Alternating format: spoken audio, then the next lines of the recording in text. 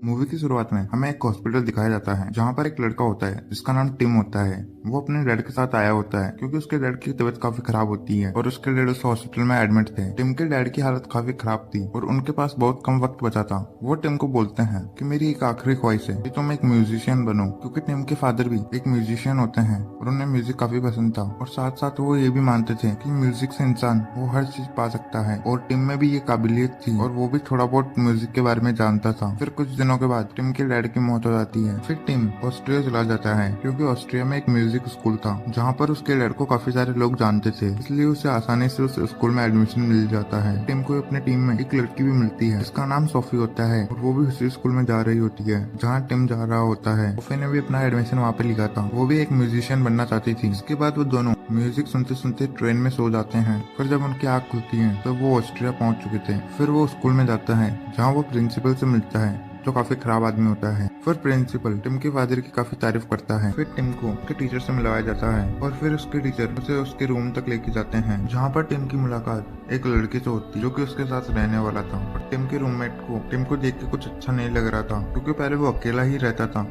अब उसे टिम के साथ रहना पड़ेगा। फिर टिम उससे बात करता है, फिर ये दोनों दोस्त बन जाते हैं। उसके बाद वो लड़का टिम को स्कूल में लेके जाता है और वो लड़का टिम को एक एक चीज के बारे में बताता है। तभी एक लड़का आता है, वो टिम के रूममेट को मारने लगता है और वो लड़का टिम को बोलता है तुम इस लड़के से दूर रहो, ये तुम्हारे काबिल नहीं है। और ये सुन के टिम को काफी अजीब लगता है। फिर टिम का रूममेट बोलता है कि मैं इस लड़के से काफी परेशान हूँ लेकिन मैं इसका कुछ भी नहीं कर सकता क्योंकि उसके डैड काफी बड़े सिंगर है। मुझे वो लड़का काफी बुरा लगता है लेकिन हम कुछ नहीं कर सकते। फिर अगले दिन प्रिंसिपल सभी बच्चों को एक हॉल में बुलाते हैं, वो टिम को सबसे मिलवाते हैं। वो बताते हैं टिम हमारे स्कूल का नया स्टूडेंट है और फिर प्रिंसिपल के सामने टिम को गाना गाने के लिए बोलते हैं। फिर ये सुन के टिम थोड़ा घबरा जाता है, उसने कोई भी तैयारी नहीं की थी। टिम गाना गाता है, गाना तो अच्छा था लेकिन प्रिंसिपल को गाना अच्छा नहीं लगा। वो टिम को बोलता है ये हमारे असूलों के खिलाफ है, तुम्हें ऐसे गाने नहीं गाने चाहिए। हम इस मूवी में दो कहानियां देखेंगे, एक तो टिम के स्कूल की, दूसरी एक मैजिकल वर्ल्ड की। बचपन में टिम को कहानियां पढ़ने की काफी शौक था। मैं एक कहानी पढ़ रहा था, उसका नाम था द मैजिक फ्लूट, जादुई बांसुरी। तो इस मूवी का नाम भी है। इसमें हर कहानी की तरह एक राजकुमार भी होता है और उसे एक प्रिंसेस को बचाना था और टिम भी रात में कहानी पढ़ रहा होता है। तभी टिम को एक रोशनी नजर आती है और वो उसका पीछा करते हुए एक लाइब्रेरी तक चला जाता है। तभी टिम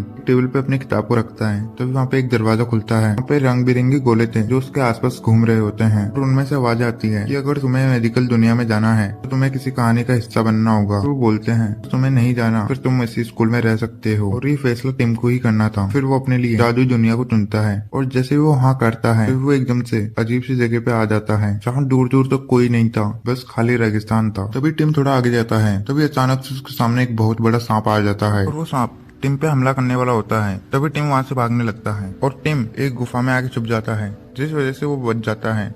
और टिम जानता था कि ये एक जादुई दुनिया है और इसमें म्यूजिक का भी जिक्र किया गया है, इसलिए वो सांप को भगाने के लिए गाना गाने लगता है।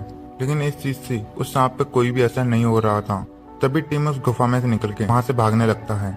अब टिम का पैर फिसल गया था जिस वजह से वो वहीं पे गिर जाता है और वो वहाँ पे बेहोश हो जाता है। तभी वहाँ पे 3 जादूगरनियां आती है जो अपने जादू से उस सांप को सुला देती है और टिम भी इस कहानी का हिस्सा बन गया था, इसलिए वो जादूगरनियां उसको अपने साथ ले जाती है और थोड़ी दूर जाने के बाद वो टिम को वहीं पे छोड़ देती है। तभी वहाँ पे एक आदमी आता है जो वहाँ के राजा के लिए परिंदे पकड़ा करता था और टिम को वो आदमी दिखता है।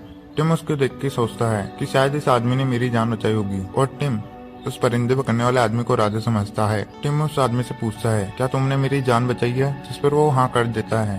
तभी वहाँ पे वो राजकुमारी आ जाती है जिन्होंने इस सांप को सुलाया था और उन्हें पता चलता है कि टिम ही राजकुमार है। इस पर वो टिम से बोलती है कि राजकुमार हमें वर्षों से तुम्हारा इंतजार है और अब आपको हमारी रानी से मिलना होगा। और जो आदमी परिंदे पकड़ने आता है वो बोले ही जा रहा था, अपने मुंह को बंद नहीं करता है, इसलिए वो जादूगरनियां उस आदमी को मुंह को बंद कर देती है। और फिर वो जादूगरनियां टिम को अपने महल में लेके जाती है जहाँ आके टिम को पता चलता है कि वहाँ की रानी भी एक जादूगरनी है। वहाँ टिम को पता चलता है कि रानी की बेटी को एक सिपाही उठा के ले गया है जो कि वहाँ के राजा का सिपाही होता है और वो टिम से मदद मांगती है। वो टिम को बोलती है कि देखो तुम एक राजकुमार हो और तुम्हें मेरी हेल्प करनी होगी और तुम्हें जाके उस इंसान से मेरी बेटी को वापस लाना होगा। और इस बात के लिए टिम भी हाँ कर देता है और वो जाने के लिए तैयार हो जाता है। और इस सफर में उसका साथ उस परिंदे पकड़ने वाले आदमी को बना दिया गया था। फिर वो 3 जादूगरनियां टिम को एक मैजिकल बॉक्स भी देती है और साथ में एक मैजिकल फ्लूट भी देती है और वो बताती है कि ये तुम्हारी हर मुसीबत में काम आएगी। अब टिम को उस आदमी तक जाना था जिसने रानी की बेटी को किडनैप किया था। तभी थोड़ी दूर जाने पे टिम को पीछे से आवाज आती है और जैसे ही टिम पीछे मुड़ता है तो वो वापस अपने स्कूल में आ जाता है, यानी कि उसी लाइब्रेरी में जहाँ से टिम जादुई दुनिया में गया था। वहाँ टिम को पता चलता है कि उस दुनिया में जाने का समय रात का है, यानी कि दिन में वो वहाँ पे नहीं जा सकता है। और फिर वो अपनी दुनिया में आने के बाद वो इस बारे में किसी को नहीं बताता है और वो आराम से अपनी म्यूजिकल क्लासेस लेने लगा था। फिर रात हो जाती है, जिसके बाद दोबारा से उस लाइब्रेरी में जाता है। वो खाली जगह पे किताब को रखता है, तभी वो जादुई दरवाजा खुल जाता है। उसके बाद वो उसी जगह पहुंच जाता है जहाँ से उसने सफर को छोड़ा था। अब फिर हमें रानी की बेटी को दिखाया जाता है, जहाँ की वो सिपाही रानी की बेटी के साथ काफी गंदा सलूक करता है। और जो टिम के साथ परिंदे पकड़ने वाला आदमी आया था वो उस जगह पहुंच जाता है जहाँ उस सिपाही ने रानी की बेटी को रखा था। वो रानी की बेटी के पास में आता है और उसे बोलता है कि तुम डरो मत, मुझे तुम्हारी मॉम ने भेजा है ताकि मैं आपको यहाँ से बचा के आपके महल तक ले जाऊँ। और वो जल्दी से रानी की बेटी का हाथ खोलता है और वहाँ से लेके भागने लगता है। और इनके पीछे वो सिपाही भी होता है जिसने रानी की बेटी को किडनैप किया था। फिर ये यहाँ से तो भाग जाते हैं। फिर रास्ते में उन्हें टिम मिलता है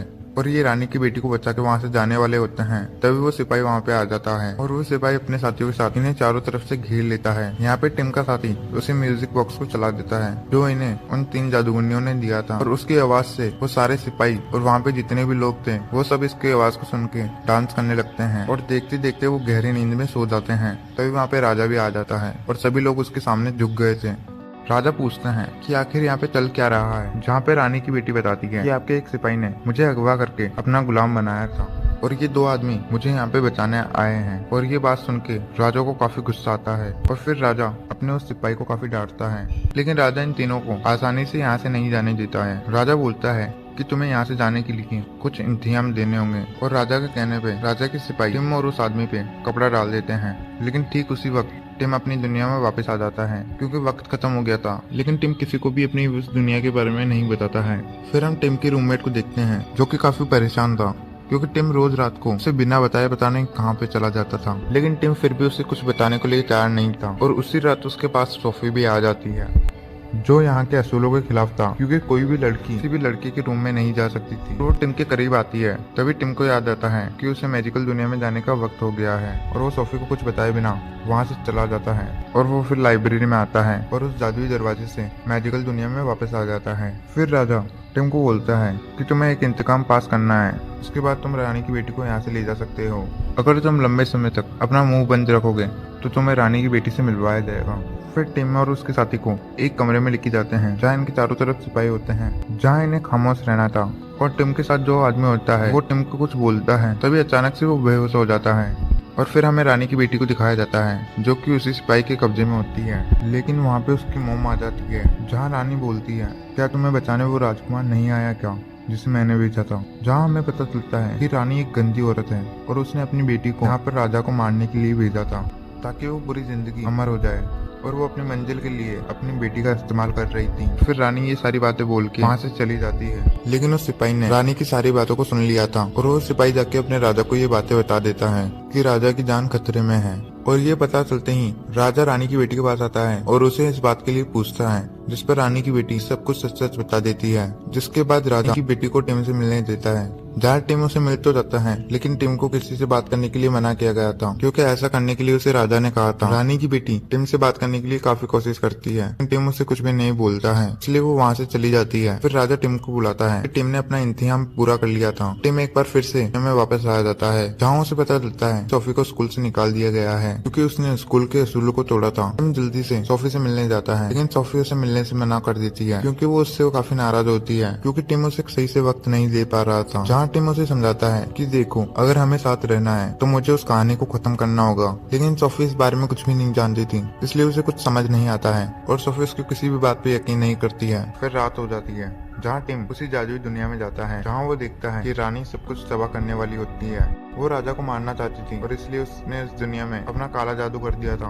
अब इसे यहाँ का राजकुमार ही ठीक कर सकता था जो कि इस समय टिम होता है। और वो रानी की बेटी के साथ मिलके वहाँ पे रास्ता बनाता है। फिर टिम कुछ करता है, फिर चारों तरफ आग लग जाती है। फिर टिम मैजिकल फ्लूट भी बजाता है। रानी का काला जादू खत्म हो चुका था, राजा की दुनिया बच गई थी। फिर राजा खुश होकर रानी की बेटी को यहाँ की प्रिंसेस बना देता है। तो इसी के साथ ही कहानी खत्म होती है और टिम प्रिंसेस और राजा को बाय बोल के अपनी दुनिया में वापस आ जाता है। अब उसे बचाना था तो सोफी को, जो कि उसका असली प्यार होता है, देखता है कि सोफी वहाँ से चली गई है, इसलिए टिम जिस स्टेशन की तरफ भागता है और वो जब तक स्टेशन जाता है तब तक ट्रेन वहाँ से चली गई थी। उसे लगता है सोफी भी वहाँ से चली गई, लेकिन सोफी उससे काफी प्यार करती है, इसलिए वो इस स्टेशन पे खड़ी मिल जाती है और वो दोनों एक दूसरे के गले लग जाते हैं। और इसी हैप्पी एंडिंग के साथ ये मूवी एंड